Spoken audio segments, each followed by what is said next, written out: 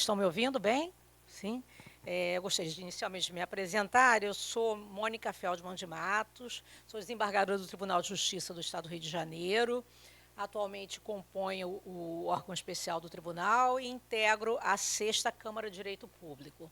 Também sou vice-presidente da Multa dos Magistrados até o final do mandato em 2027. E eu gostaria de informar que também está aqui presente a nossa presidente da Multa, a desembargadora Nicol, que vem, como seus antecessores, brilhantemente conduzindo nossa operadora dos magistrados do Estado do Rio de Janeiro e de seus familiares. Então, a princípio, comporia a mesa o doutor Daniel Tostes, que é procurador federal e procurador-chefe da Procuradoria Federal da ANS, mas me parece que ele teve um problema no voo de retorno ao Rio de Janeiro e não está confirmada a sua presença. Também tenho aqui ao meu lado, com muita honra, a doutora Juliana Pereira, executiva C-Level, vice-presidente de clientes do Grupo Amil, presidente do Instituto de Pesquisas, Estudo da Sociedade de Consumo e conselheira. Ela atua com liderança em estratégia, governança e inovação, com foco no cliente, regulação e impacto sustentável.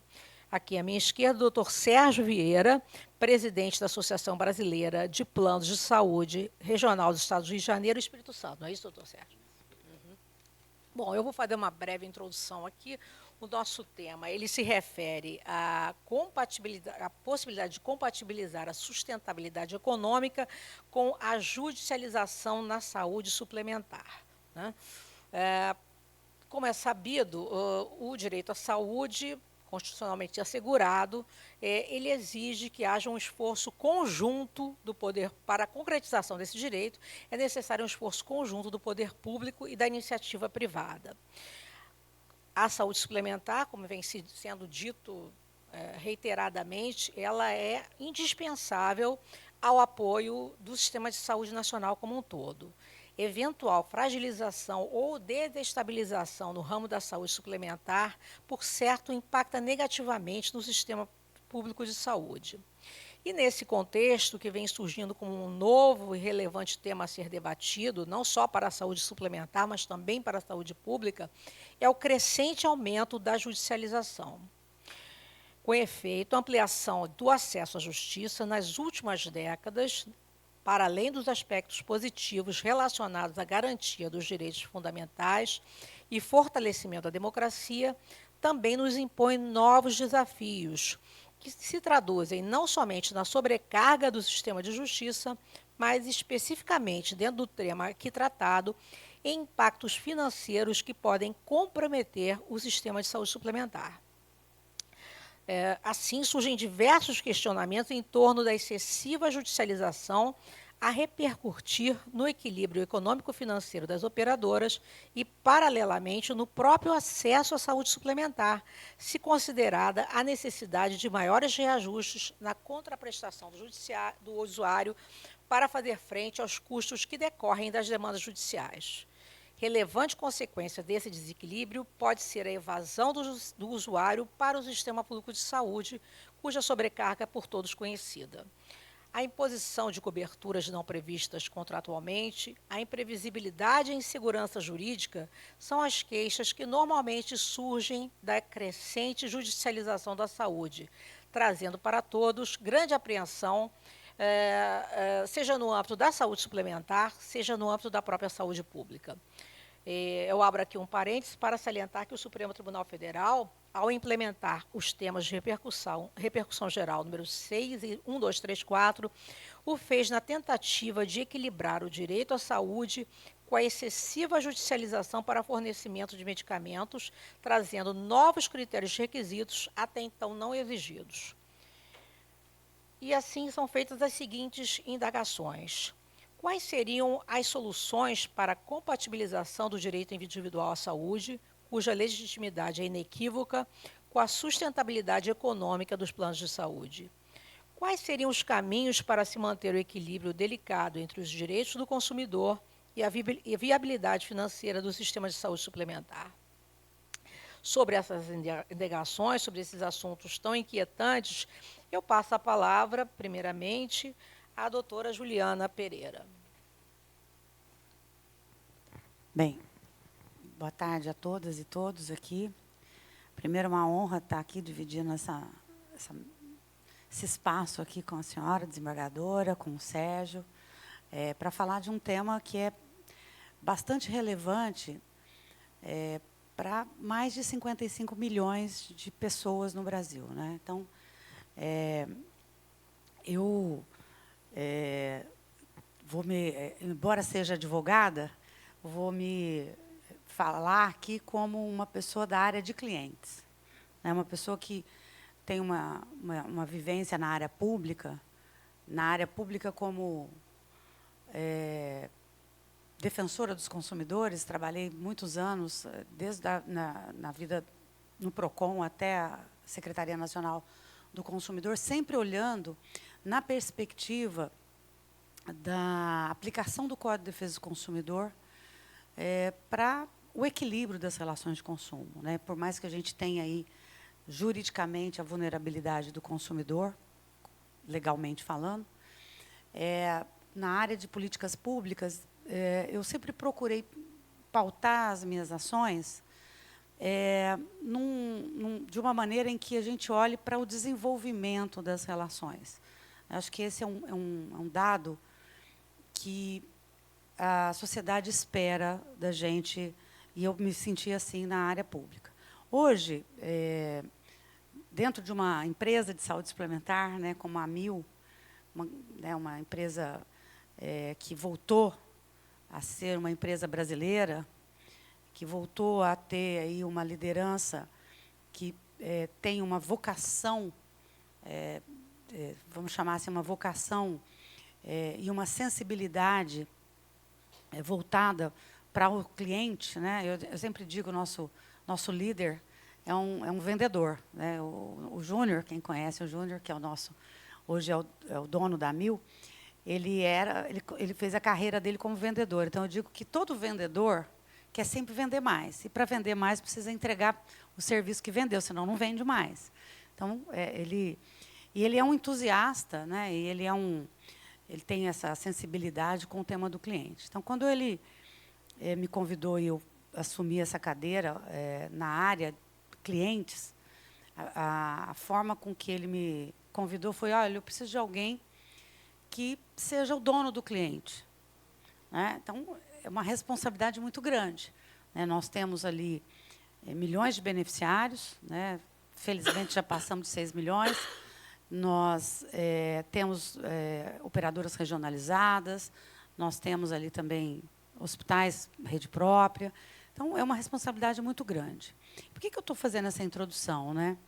Porque eu acho que a judicialização, ou, enfim, a sustentabilidade, e a gente pode olhar por diversos ângulos, passa no relacionamento com o consumidor, com o cliente, né? E eu acho que um dos maiores desafios que nós temos hoje é estabelecer uma boa comunicação com o consumidor de uma maneira geral, com os clientes de uma maneira geral. Nós vivemos uma época, temporalmente falando, socialmente falando, muito pautada no conflito.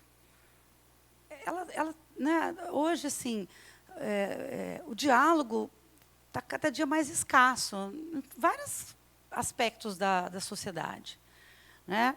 E, dentro do universo também das relações de consumo, isso está muito forte. Então, desde que a gente, vamos chamar assim, a gente se distanciou dessa comunicação mais próxima, eu acho que os conflitos foram aumentando. Eu tenho essa percepção.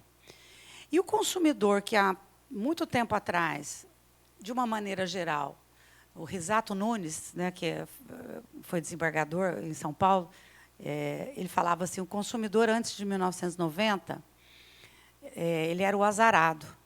Porque ele falava assim: olha, eu comprei esse produto, mas dei azar, está estragado.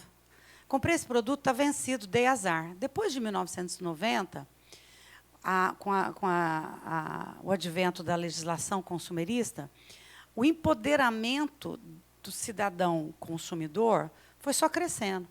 E hoje, no momento em que nós estamos da sociedade muito conflituosa per se, e com esse empoderamento também conectado nas vias digitais, né, isso se propaga de outra maneira, eu não acredito em outra alternativa para diminuir todo esse conflito, se não for você começando na base. Então, a minha fala aqui é muito de alguém que está numa área voltada para clientes e que cuida de atendimento, cuida de ouvidoria e cuida da relação das reclamações que passam por todos os canais, seja do PROCON, seja do órgão regulador. Toda essa gama de clientes está na minha responsabilidade. Então, eu acredito, os jurídicos que me perdoem, mas eu acredito que é numa área focada em experiência do cliente, em uma área de relacionamento, de atendimento, de escuta, é que a gente vai construir as bases para diminuir lá o terceiro nível da judicialização. Então, estou bastante honrada de estar aqui, porque esse é um painel que, para mim, dá muita voz para o cliente. Tá? E na perspectiva daquilo que eu acredito, né, a gente, hoje, fez tomou algumas medidas dentro da companhia, que por exemplo, fortalecer a ouvidoria. Né? Então, eu acredito que, dentro das empresas, é necessário você, além de oferecer o melhor atendimento, além de você estabelecer uma comunicação com o cliente, você precisa também ter dentro das esferas da companhia espaços que consigam ser mais detalhistas na análise daquela reclamação. Porque nem sempre a reclamação é uma demanda trivial. Né? Então, muitas vezes, a reclamação ela tem uma complexidade. E, dentro da nossa área, nosso setor, saúde suplementar é altamente regulado. Né? Então, tem muita complexidade. Então, é muitas vezes necessário, para evitar esse transbordo, você investir, né, em instâncias dentro da companhia que façam esse atendimento mais especializado. Né? Então, dentro da companhia, a gente tem feito isso. Uma outra coisa que eu acho fundamental na saúde suplementar, e isso envolve, na minha visão, todos os stakeholders, não só as empresas, é a gente ter um pouco mais de construção do conhecimento em saúde suplementar. Né?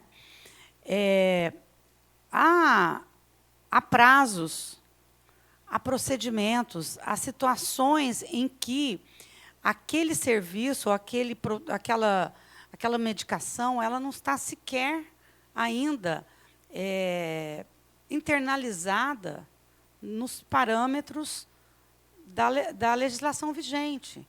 Então, de uma maneira muito difícil, dura, a notícia que mais prevalece é sempre a pior notícia. Então, uma das coisas que eu tenho feito dentro das nossas instâncias é, na medida do possível, dar uma comunicação mais assertiva no sentido do detalhamento com os nossos clientes. Né?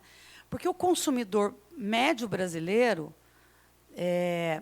tem até assim, uma dificuldade de compreender questões como mutualismo.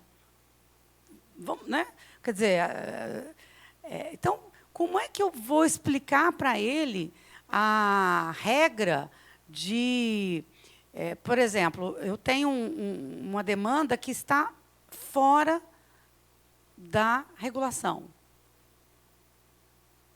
Mas eu preciso falar com ele sobre isso. Até porque é um processo que toda a sociedade, na minha visão, e principalmente os stakeholders da saúde suplementar, poderiam e deveriam fazer. Porque não dá para você falar de sustentabilidade, não dá para você falar de diminuição de judicialização se você não engaja esse consumidor hoje nessa agenda? Não dá. Nós vivemos uma era que é uma era muito, muito pujante do ponto de vista de comunicação. Né? Então, eu vivi uma época, trabalhei na área pública, e nós sempre ficávamos pensando qual seria a primeira página do Globo, a primeira página do jornal tal, o que sairia no jornal nacional. Hoje, nós temos uma gama de situações e de comunicadores e de influenciadores, e isso resvala muito na reputação e na fomentação do conflito. Então, eu até, dia desses, comentava num outro evento que nós, que atuamos na área de saúde suplementar, tanto o regulador quanto as empresas, associações, etc., temos que começar a levar os números positivos que a gente entrega, porque parece que todo o tempo não se entrega. E essa consciência coletiva que existe, para mim, ela estimula o conflito. É sempre olhar pelo pior cenário. E hoje, eu estava agora num outro painel mais cedo, com a Defensoria Pública e com a Secretaria Nacional do Consumidor aqui também, e nós falávamos do espaço que existe para conciliação, o espaço que existe para iniciativas pré-processuais. O representante da Secretaria Nacional do Consumidor trouxe um dado que nos causa bastante perplexidade. Ele estava dizendo que, salvo o melhor juízo, os dados dele, a 60% das reclamações que ele pediu para analisar entre órgãos de defesa do consumidor e o consumidor.gov, que é uma plataforma federal, 60% problemas de comunicação. Pessoas reclamando de atendimento do saque, reclamando da questão dos prazos, que agora, na RN 623, veio de uma forma bastante, na meu ponto de vista, dá trabalho implementar, mas eu tenho que dar a mão à palmatória, que a ANS trouxe uma regra espetacular para a gente diminuir toda essa questão dos prazos, dando mais transparência, permitindo com que o consumidor acompanhe a sua demanda dentro das... Então, veja, tem uma série de oportunidades muito antes das discussões judiciais, né, que aí vão lá para agora o entendimento da ADIM, uma série de outras discussões mais estratégicas do ponto de vista judicial, que, para mim, são os passos fundantes para diminuir o conflito, para diminuir a judicialização. E, dentro desta perspectiva, e já concluindo para também a gente fazer outras rodadas, me parece que o modelo que a gente tem de abordagem de venda, né, uma preocupação que a gente tem muito grande dentro da companhia, né? Saiu também desse painel agora, alguém devia dar um folder, né, na hora de vender o plano de saúde para explicar para o consumidor como que funciona. E eu, como advogada e como alguém que já trabalhou muitos anos na área pública, inclusive de consumidor, eu pergunto aqui, quem lê contrato aqui? Né? Quem tem? Né? O Leandro estava dizendo que lê, olha lá, Leandro. Mas, veja, nós, além de tudo, nós estamos numa dificuldade muito, muito grande hoje de dedicar 5 minutos para entender o que o outro está dizendo. Se alguém começa a falar mais de 3 minutos, a gente já dispersa, pega o telefone e começa a olhar alguma coisa. Então, capturar o consumidor para uma agenda de compreensão daquilo que está sendo vendido é muito difícil, porque o senso comum está imperando. Então, mas eu acredito que tanto as empresas, com uma lição de casa, e eu tenho maior tranquilidade de dizer que a gente tem procurado fazer, está fazendo. Estou muito feliz agora, acabei de receber aí a notícia que nós fomos para a 29ª posição no IGR. Essa é uma marca histórica do Grupo Amil. Né? Então, eu até olhei, tem várias pessoas da minha equipe que estão aqui. Eu falei, olha, gente, isso é um trabalho de equipe. Porque, para a gente diminuir a quantidade de NIP lá no regulador e para a gente chegar aos indicadores, é que nós estamos melhorando a operação. nós estamos melhorando a comunicação, nós estamos melhorando o acolhimento, nós estamos fazendo um trabalho que, às vezes, ninguém discute quando vai discutir judicialização. Discute a norma, o repetitivo, a ADIM. Aí já foi, minha gente, já foi, já está judicializado. E o que dá para ser feito antes? Dentro das organizações, numa conversa de alto nível, de maturidade, dentro das empresas, com as suas associações, com os reguladores e com todo o setor. Tem uma agenda positiva aí, que, na minha visão, eu sou sempre uma otimista, tá? É possível construir, e isso, sim, o final da conta vai ser a diminuição da judicialização. Senão, nós vamos fazer inúmeros seminários, debates, discutir juridicamente, e quem vos fala é uma advogada, e todas as teses que a gente pode pegar, mas isso não repercutiu lá no call center, não repercutiu lá na ouvidoria das empresas, não entrou no processo diário de venda, não tem uma melhoria da qualidade da entrega, da experiência do consumidor. Desculpa, não vai ser a tese jurídica que vai fazer a transformação. Me perdoe, né, a gente está aqui, né, num debate que é bastante judiciário, mas eu acho que a gente precisa olhar para esse lado mais do chão da fábrica, que ele tem muito a contribuir, muito a ajudar na diminuição da judicialização. Doutora Juliana, muito obrigada. Realmente, né, a fase pré-processual é importante, está sendo valorizada até para essa reversão dessa cultura da judicialização, né, porque depois que entra no judiciário, a gente, quando recebe lá uma situação que aparentemente é de urgência, a gente acaba tendo que deferir, né? Logicamente, se os pressupostos estiverem preenchidos, mas a gente se vê em situações que não resta ao juiz senão o deferimento de uma liminar, de uma tutela antecipada, mas eu entendi perfeitamente que essa fase processual, essa fase bem anterior à judicialização, realmente é de toda importância para reverter esse processo. Muito obrigada, doutora Juliana. Agora eu passo a palavra para o doutor Sérgio, por favor. Boa tarde a todos. Muito obrigado pelo convite aí. Agradeço em nome do José. Eu conheci a doutora Juliana hoje, mas parece que a gente combinou muita coisa, doutora Juliana. Mas se a desembargadora me permitir um pouquinho antes de eu entrar no meu preâmbulo, tem que deferir. Eu achava que teria que julgar. E aí é que está nosso desafio também de levar conteúdo, informações, consubstanciar, que haja um julgamento. Mas a gente vai falar um pouquinho disso, com certeza. Mas, doutora Juliana, por que eu disse que parece que a gente tinha combinado?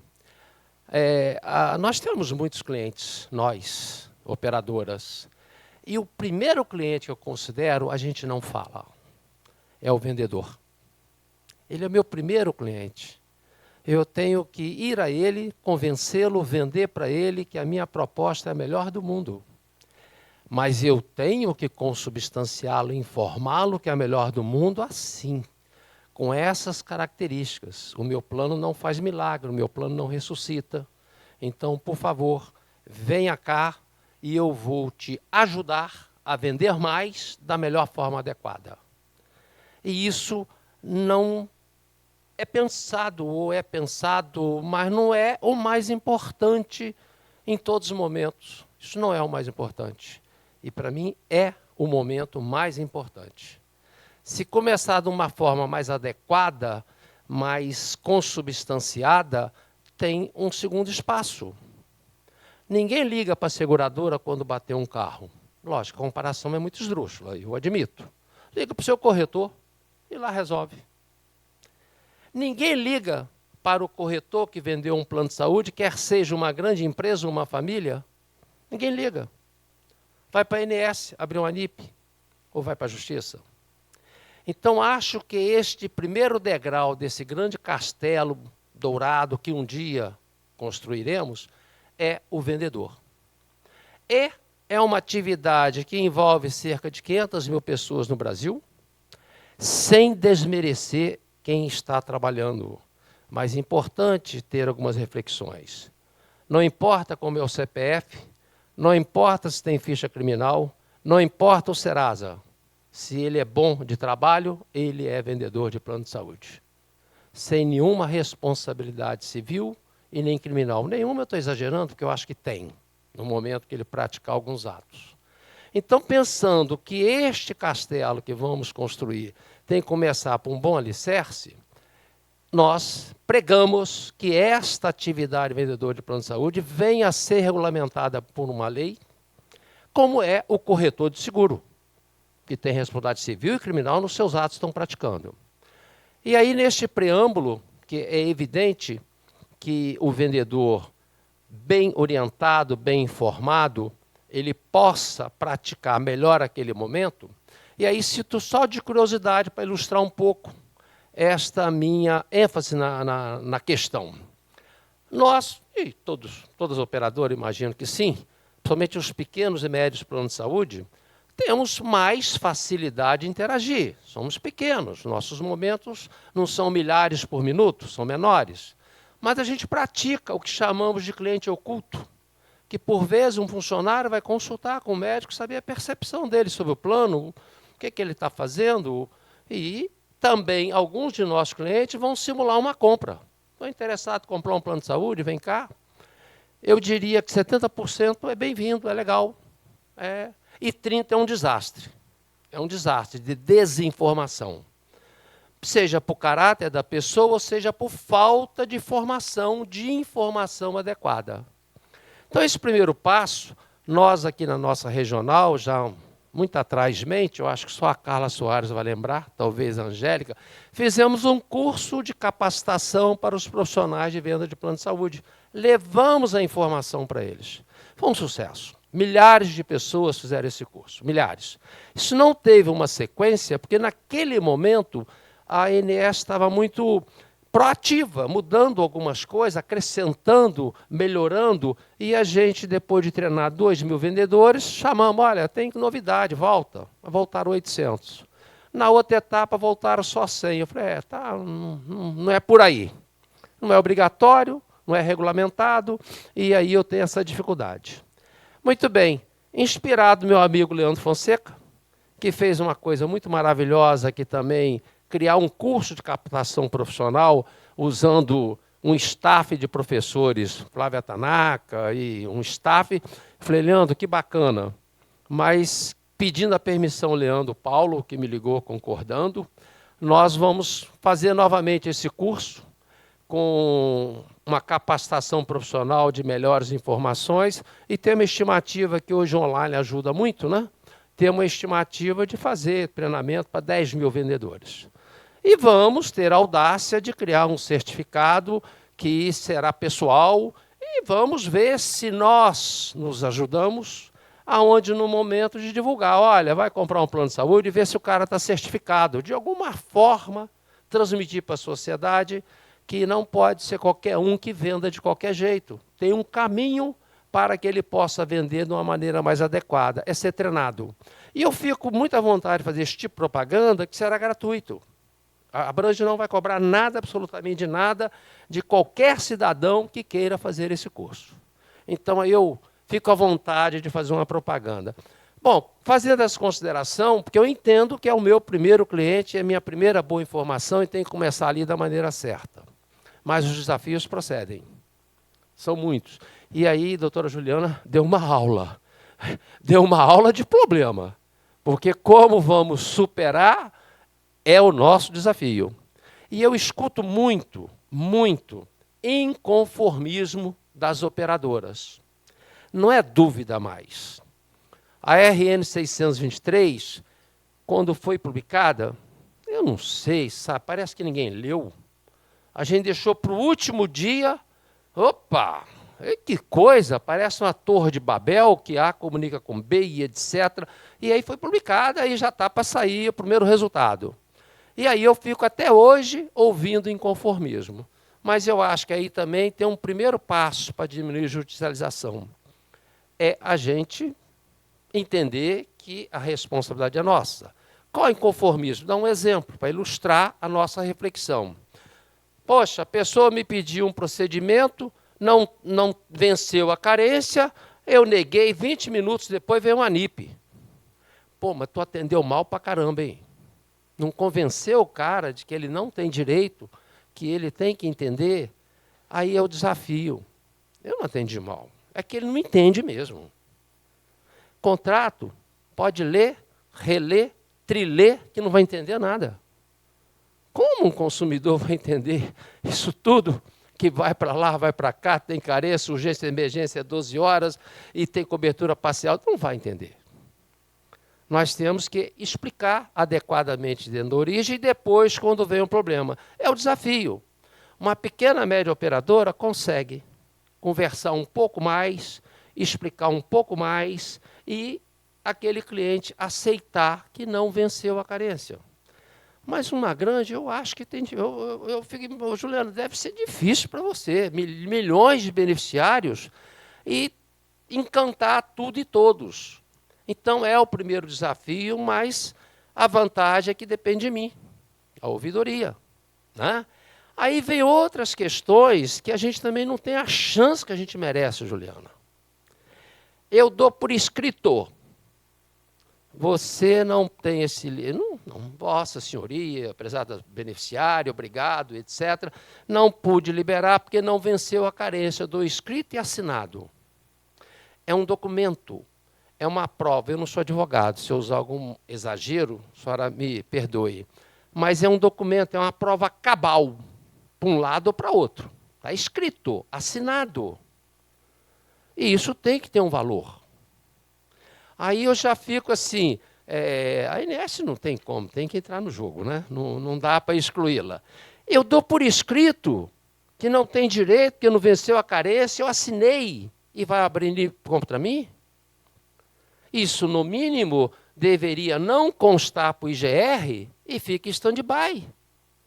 E até por amostragem, com alguma maneira estatística, pegue algumas NIPs dessa, olha, manda o documento comprobatório que eu quero ir ao extremo sobre essa informação sua que não venceu a carência, por isso você negou. Quero ver tudo. E se alguém estiver desinformando, prenda, acabe, liquide e que sirva de exemplo que não é assim que deve funcionar. Se eu dei por escrito, eu tenho que ter muita convicção do que eu estou escrevendo, principalmente para negar. Então, a maneira que a gente pode evoluir. Parece que a INSS estava adivinhando, ou o Barroso copiou a INSS, que depois os procedimentos extra-rol também tem que ter uma negativa por escrito como preâmbulo para abrir uma ação jurídica. Então, olha como nós fomos valorizados ao dar por escrito e sermos obrigados, e é muito bem-vinda essa obrigatoriedade, o motivo de uma recusa. Então, isso tem que ajudar, tem que ser útil para todos nós, inclusive para a sociedade, diminuir esses custos. Eu estou dando por escrito. E aí fica confuso na minha cabeça de médico, mas espera aí, se está no rol, não precisa dar por escrito, a justiça pode abrir uma ação sem este documento. Para mim é estranho. Para mim, a gente deveria valorizar a negativa por escrito para ser o ponto de partida de algo um pouco mais profundo. E só vai piorando, Juliana. Você acha que o que está ruim não pode piorar? Pode. Vem o Conselho Federal de Medicina com a resolução dificultando o contraditório, dificultando uma junta médica, uma divergência técnica. E aí eu vou ilustrar com uma passagem que é do conhecimento de todos, mas eu acho ela tão fantástica que vale a pena sempre ser citada. Num dado momento, alguns anos atrás, o Bradesco tem ainda, certamente, contrato com uma grande consultora de São Paulo, e, num dado momento, tinha 1.500 funcionários precisando fazer cirurgia de coluna. O Bradesco disse assim, olha, tudo bem, vocês querem fazer essa cirurgia de coluna no Hospital Einstein?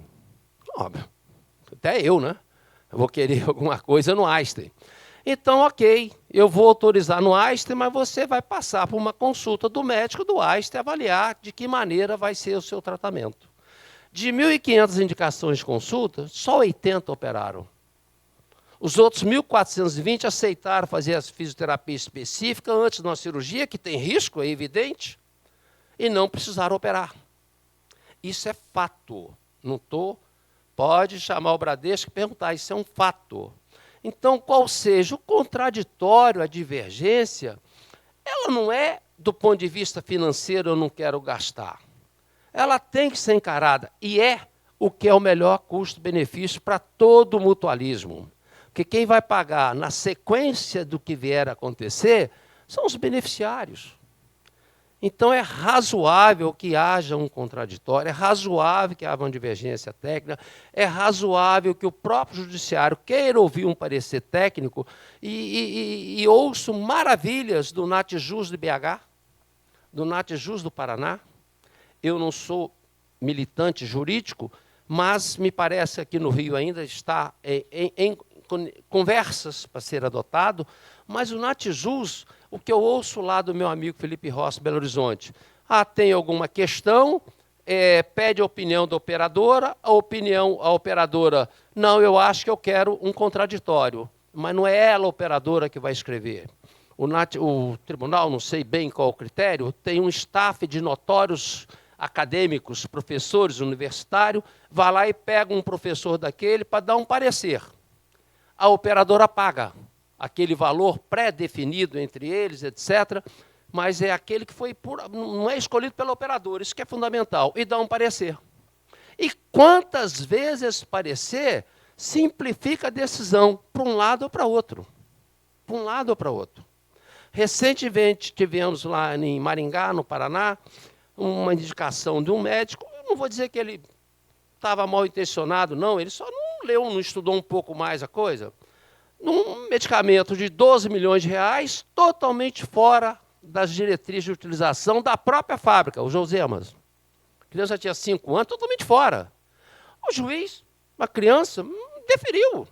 Ele não tem capacidade técnica de julgar se é necessário ou não aquele tratamento de 12 milhões para uma criança de 5 anos. Não tem, ele é juiz, não é médico. A operadora foi, não é assim, e vamos pegar um parecer e conversa um pouco mais, aí foi para o Natjus, imediatamente, não, está totalmente fora de indicação. Mas, naquele momento, o juiz decidiu, ele não tem capacidade técnica de raciocinar um medicamento que está fora das diretrizes de utilização. Então, acho também que a figura do Natjus, a figura do auditor, e tantas figuras, né, do ouvidor, é tudo aí um desafio para nós, mas eu acredito que nós vamos sustentabilidade mesmo com judicialização. Obrigado. Obrigada, doutor. Vou convidar a doutora Carla Daniesse, a senhora gostaria de integrar nossa mesa, por favor? Obrigada.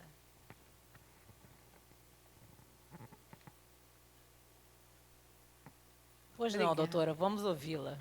Obrigada a vocês. Bom, eu espero não tumultuar. De maneira nenhuma, tenho certeza. Espero substituir aqui o Dr. Daniel Tostes, que teve imprevisto, né, à altura. Com certeza eu não conseguirei suprir as expectativas, porque ele é brilhante. Sabemos todos que ele é brilhante, mas estava aqui desde o início, né, ouvi as colocações da doutora Juliane, do doutor Sérgio, e esse tema, desembargadora, é muito instigante, né? Quando a gente fala aí de judicialização e sustentabilidade, me força a pensar na inversão do raciocínio. A gente vive uma era, sim, de hiperjudicialização.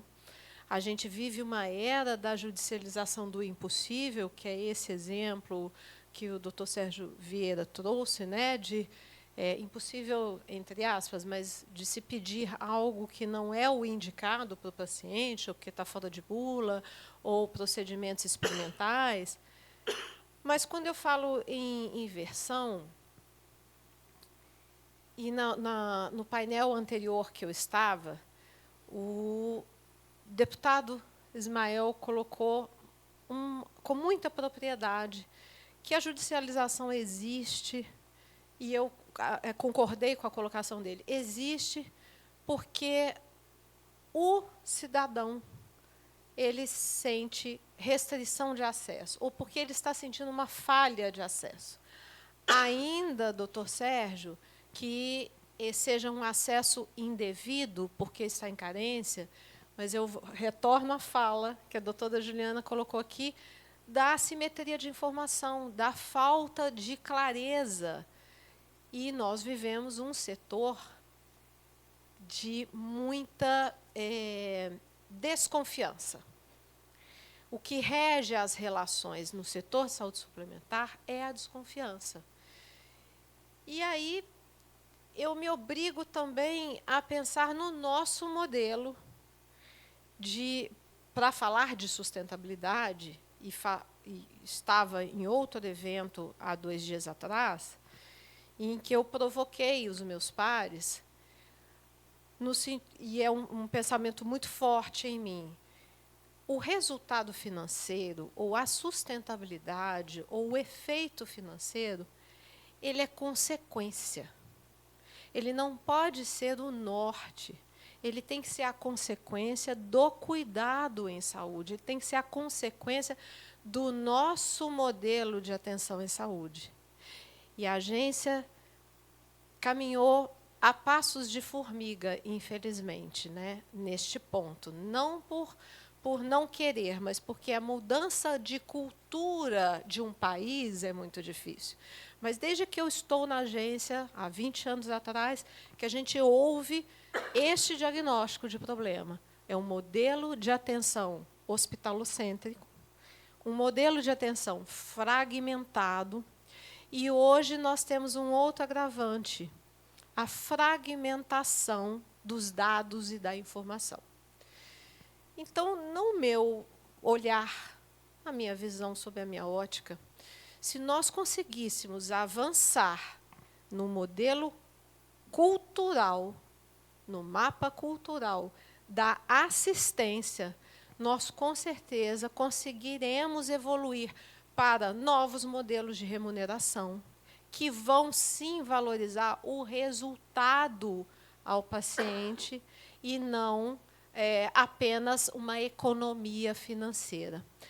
E, por consequência, desembargadora, um cidadão beneficiário ou paciente, seja ele do SUS, seja ele da saúde privada, se sentindo acolhido, bem cuidado, bem assistido, não estando perdido no sistema, ele sente que tem uma pessoa coordenando a sua caminhada na busca desse bem maior, que é a saúde, ele não necessitará judicializar.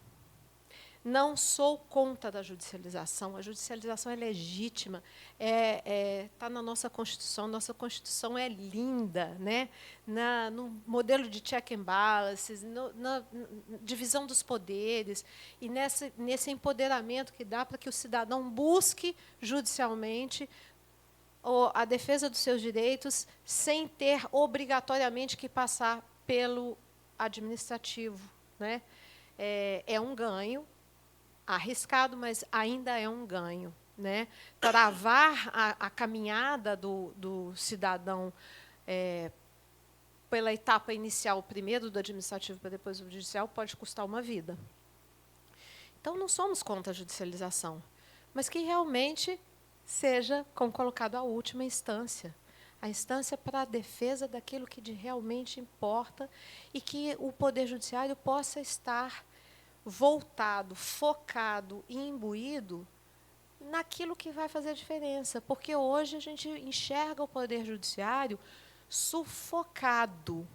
A gente olha para o painel de informações do CNJ, né, o volume de ações, e eu busquei ali só a parte da saúde. Então, assim, é um volume descomunal de ações judiciais envolvendo a saúde, e não temos juízes, desembargadores e ministros suficientes para dar conta disso tudo, mas exatamente quando os atores do setor falham,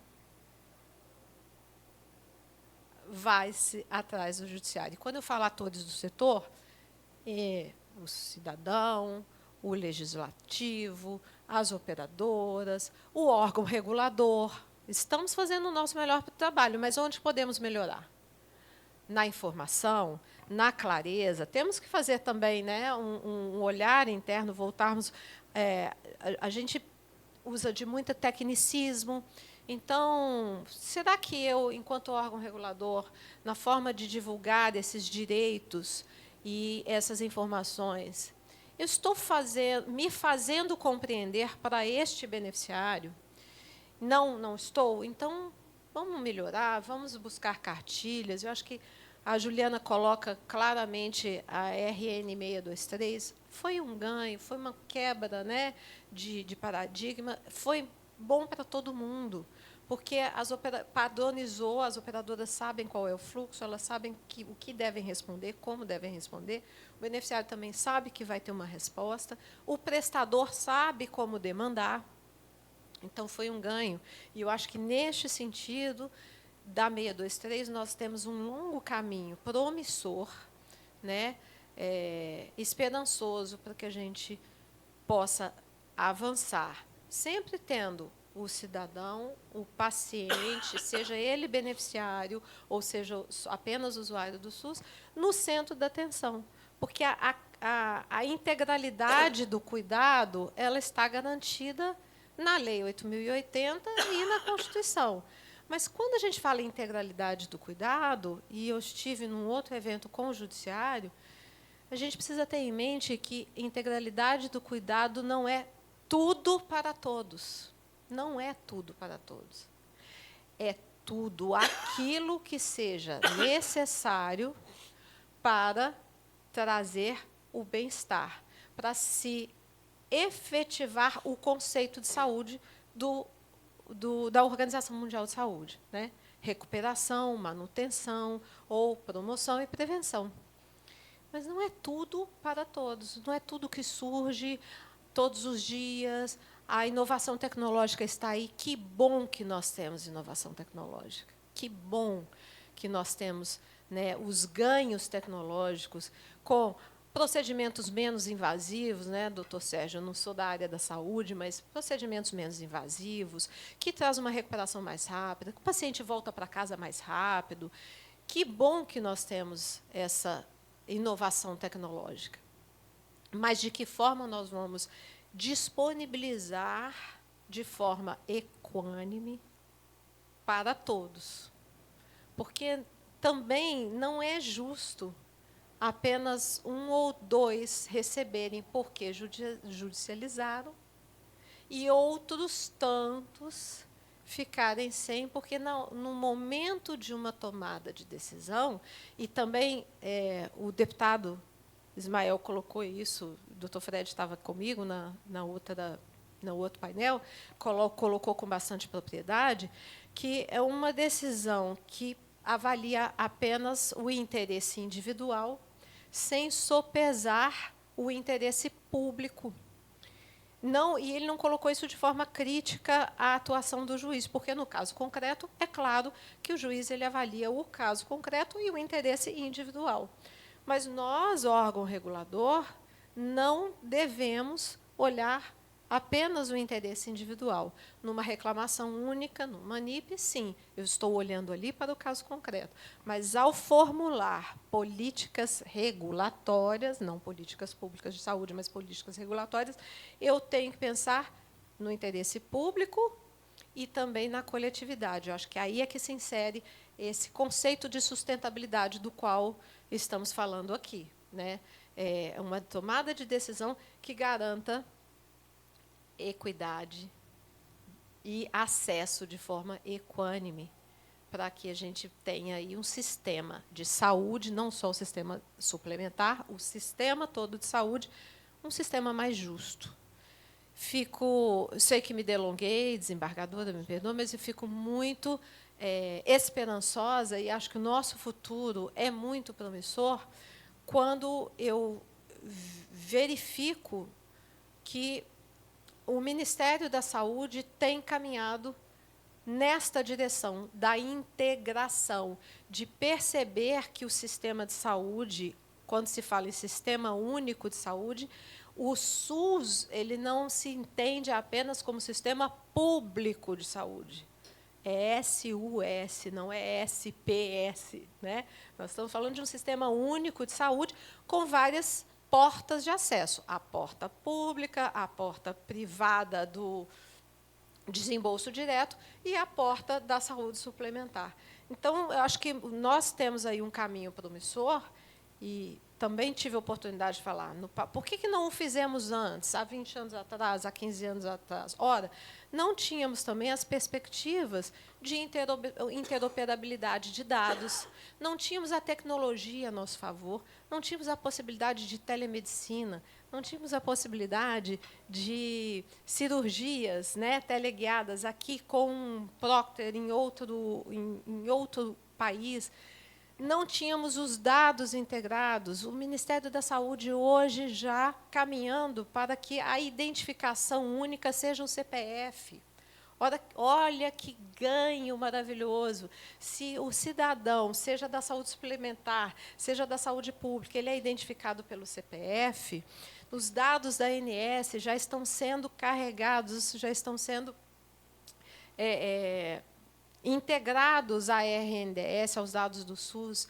Então, esse paciente, sendo dono dos seus dados também, permitindo, é fundamental. Então, não conseguimos fazer isso há 15 anos atrás, mas hoje, inclusive, acho que a pandemia ela acelerou, né, essa possibilidade tecnológica para que a gente pudesse avançar na integração dos dados, e aí a gente ataca a gente fala de fragmentação do cuidado, mas sempre trabalhamos com fragmentação de dados e de sistemas, porque cada um trabalhava com um sistema diferente.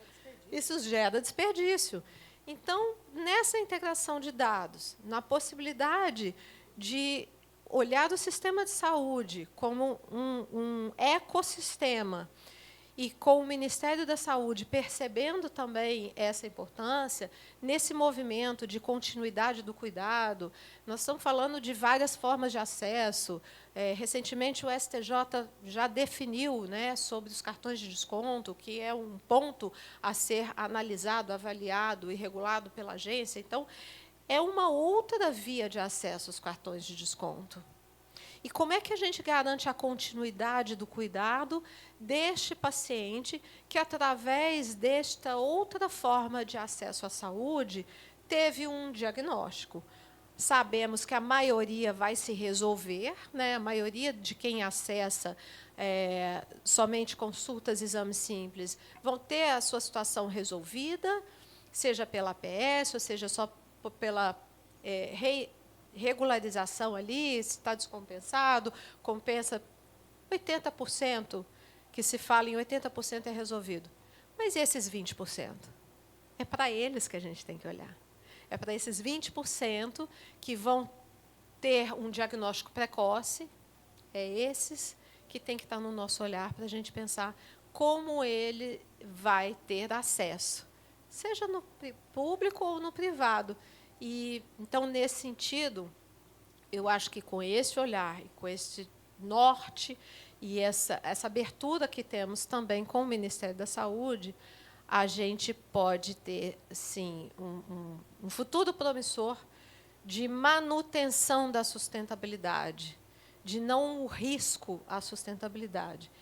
E a consequência também é a diminuição da judicialização. Nós temos hoje também um poder judiciário muito, muito conciso. A decisão recente do STF, muito feliz, em que orientou, ela é orientativa, né, para os magistrados e reforçando aí o princípio da tecnicidade, da deferência, na busca da segurança para o paciente que busca o judiciário como a sua última ratio para a defesa do seu direito, do seu interesse e da sua vida, né? Doutora Carla, gostaria muito de agradecer a sua participação, que veio a brilhantar ainda mais esse painel, já marcado pela exposição brilhante da doutora Juliana, do doutor Sérgio, e realmente a senhora tem toda a razão, o judiciário tem que ser a última ratio, né? Logicamente que aqui ninguém pensa em inibir a atuação do judiciário, porque é uma garantia de um direito fundamental, significa o fortalecimento da democracia, mas há necessidade realmente, principalmente especial nessa questão da saúde, que haja uma prévia atuação de todos os integrantes desse setor, né? E eu gostaria de saber se alguém tem alguma pergunta a formular para os nossos palestrantes? Pois não, doutor.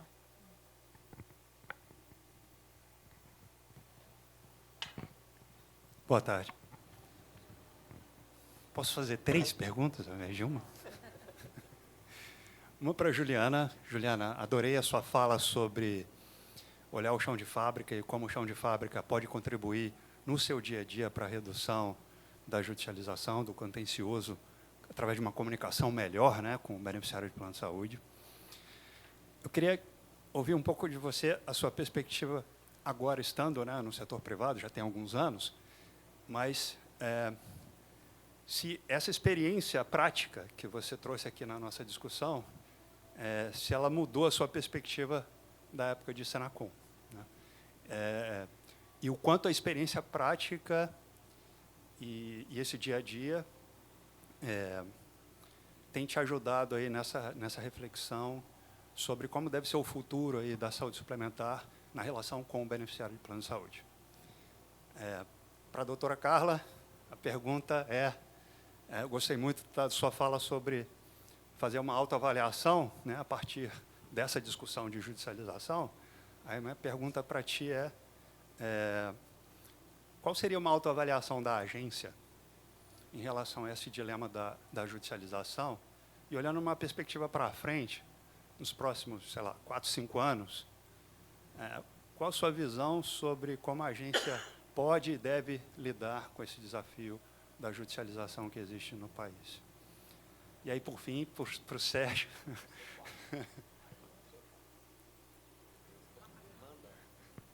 Então, tá bom. Então, pulo o Sérgio. Não, pode fazer, não pode, doutor. Então, e para o Sérgio, que já está há tantos anos militando aí no setor de saúde, eu não estou te chamando de velho, estou te chamando de experiente. Como é que você está vendo a evolução da judicialização ao longo desse tempo junto às operadoras? E como você acha que as operadoras estão lidando com a judicialização ao longo desse tempo?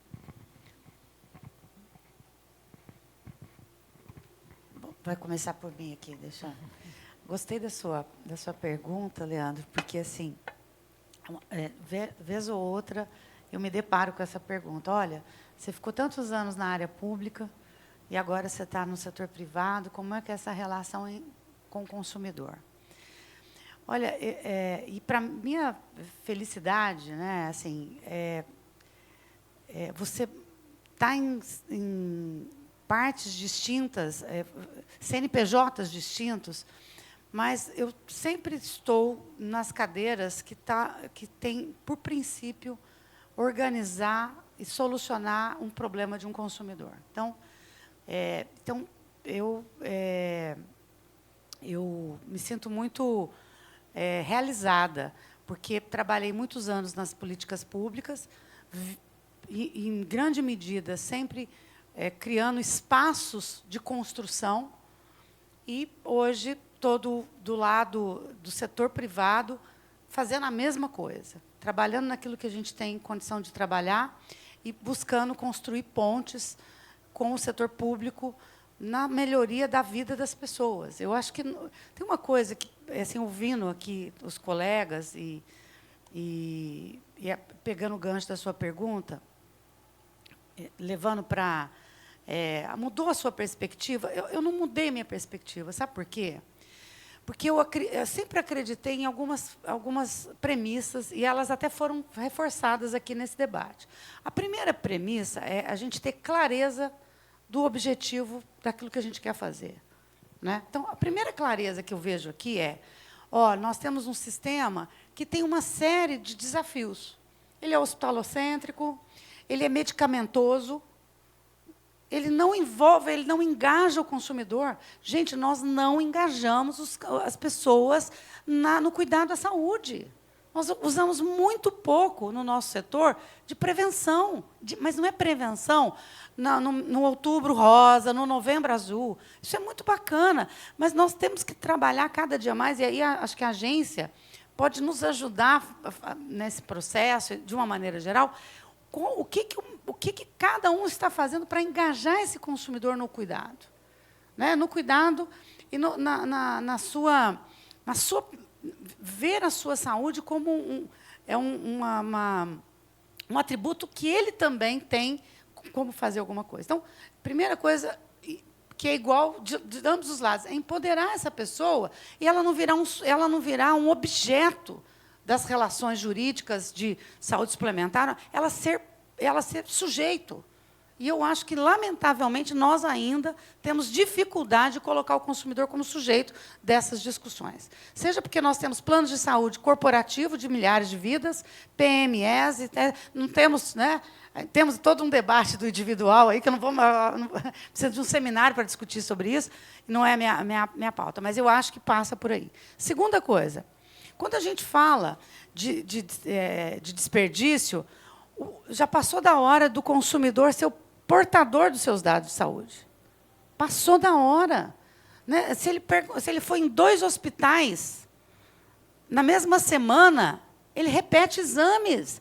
Isso é desperdício, isso é problema de sustentabilidade. Então, tem algumas questões que, na minha visão de mundo, nós precisamos... E também, corroborando aqui com o que já foi dito, e aí... olhando de uma visão, que eu também pensava isso na área pública e continuo pensando aqui, nós temos que desfragmentar, inclusive, o próprio setor. Nós precisamos conversar mais, precisamos trabalhar mais ações em benefício do próprio setor. Não é? Então, não temos que nos olhar como inimigos ou oponentes, porque um é prestador, porque o outro é operador, porque o outro... Então, essa fragmentação de visão, ela está enfraquecendo e ela acaba escoando aqui no judiciário, na minha visão. Tá? Então, desculpa me alongar, mas era isso. Bom, eu vou aproveitar. Acho que você fez as perguntas na ordem certa, porque saberia que a resposta da Juliana já ia dar o gancho para a minha resposta, e eu acredito que vai o gancho para o Sérgio também. Já é a mente do gestor, porque eu te conheço, Leandro. Então, assim, autoavaliação. A gente olha os 25 anos de existência da agência e é perceptível e é fácil a gente identificar as fases regulatórias. Então, um primeiro momento, que era a arrumação da casa, né, o freio de arrumação de um setor que não tinha nenhuma regulação, de um setor que nasce muito antes da Constituição, que nasce muito antes da Lei 8.080. Então, naquele momento, a necessidade regulatória era organizar o sistema saúde suplementar, né? O microsistema saúde suplementar.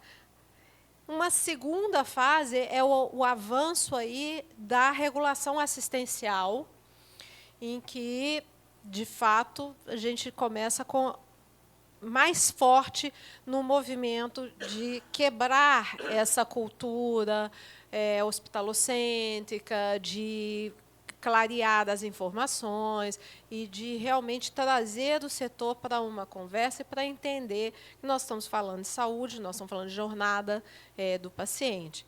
E essa terceira fase que nós vivemos agora, já de um órgão regulador maduro, um órgão regulador e um setor maduro, porque precisava dos dois terem um grau de maturidade para que a gente avançasse no que a gente chama de regulação responsiva.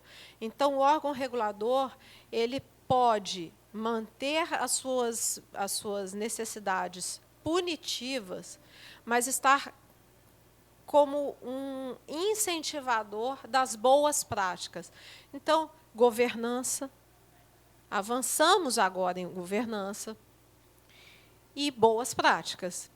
Dentro desta autoavaliação, o que a gente pode... Isso tudo, eu falei isso tudo para dizer o seguinte, ainda o que a Juliana colocou, a informação, a clareza para o cidadão, para o beneficiário, não é suficiente.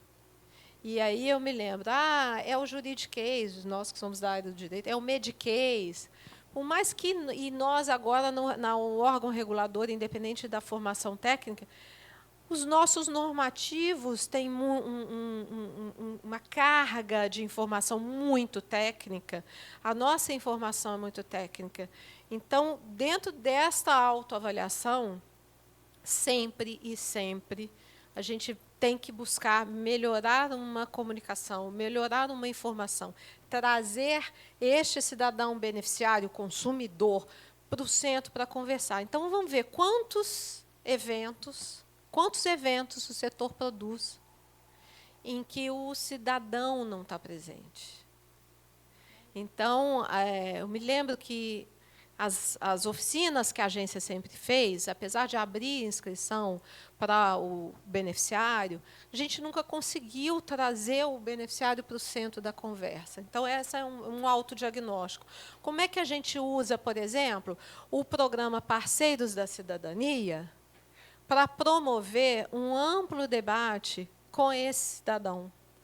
Como a gente pega uma norma de alto impacto para esse beneficiário e a gente faz um webinar, sabe? Algo que seja também de fácil acesso, porque nem todos vão conseguir acessar o teatro A, B ou C. De que forma?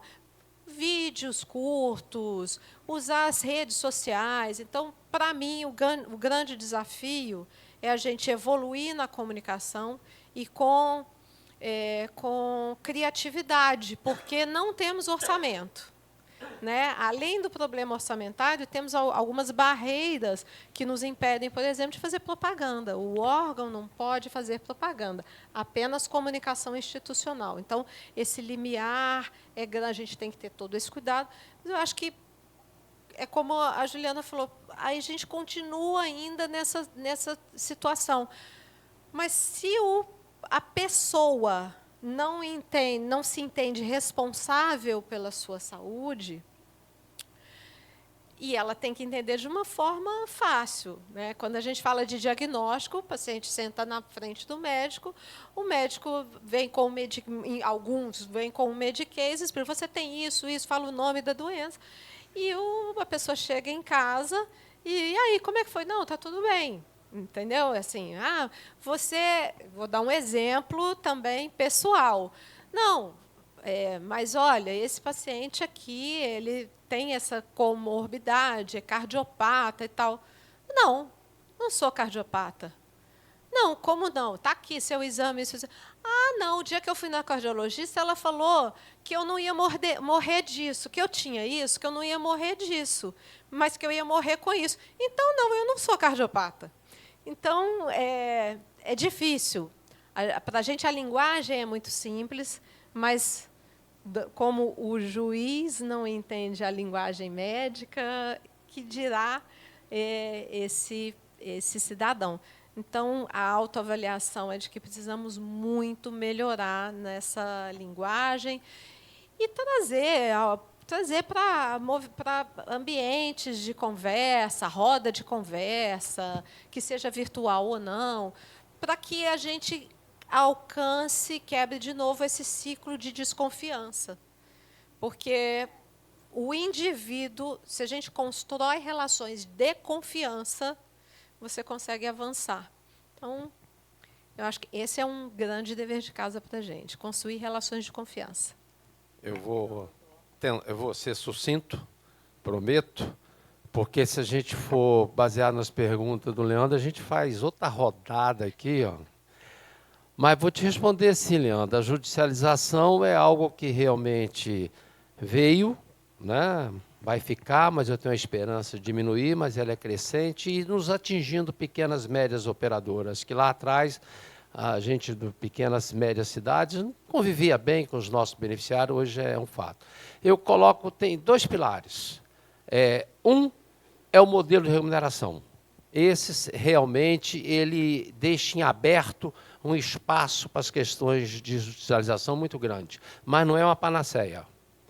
Porque a própria lei permite que qualquer médico prescreva qualquer coisa e, a princípio, operadora, tenho que atender. Não importa.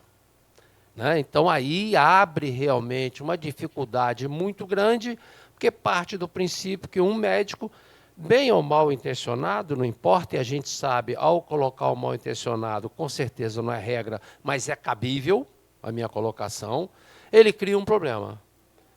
Então, o modelo de remuneração é um problema, mas não é uma panaceia. E aí, no momento que eu tenho este problema, vem o avanço tecnológico. Nós não sei onde nós vamos parar. Porque país nenhum no mundo tem uma incorporação tecnológica da maneira que nós temos, com a velocidade que nós temos e com a desigualdade que nós temos, nós operadoras. Nós sabemos muito bem que a indústria farmacêutica, vou dar um exemplo, para ser didático, Gemas. Para o Ministério da Saúde custa 5 milhões, pago em 5 anos com compartilhamento de risco. Se der resultado, vai receber os 5 milhões. Se não der resultado, não vai receber. Para nós, plano de saúde, custa 10 milhões à vista. Então, esse avanço tecnológico, com essa desigualdade, também tem que ser refletida. Eu sei que a doutora Carla concorda comigo, mas não cabe agora a gente fazer tréplica-réplica, senão não saímos daqui. Não, temos que sair, já fui avisado que temos que sair. Bom, Então, de forma que eu concluo um pouquinho a resposta para o pois não. Leandro e agradeço muito a todos. olha, eu gostaria muito de... peço desculpas se não poderei dar oportunidade para outras perguntas. Nosso tempo, infelizmente, está encerrado, mas gostaria muito de agradecer a doutora Juliana, doutor Sérgio, doutora Carla, que veio na última hora, mas realmente nos deu aqui, trouxe muitos ensinamentos, e gostaria de agradecer toda a plateia também. Tá bom? Muito obrigada e boa tarde a todos.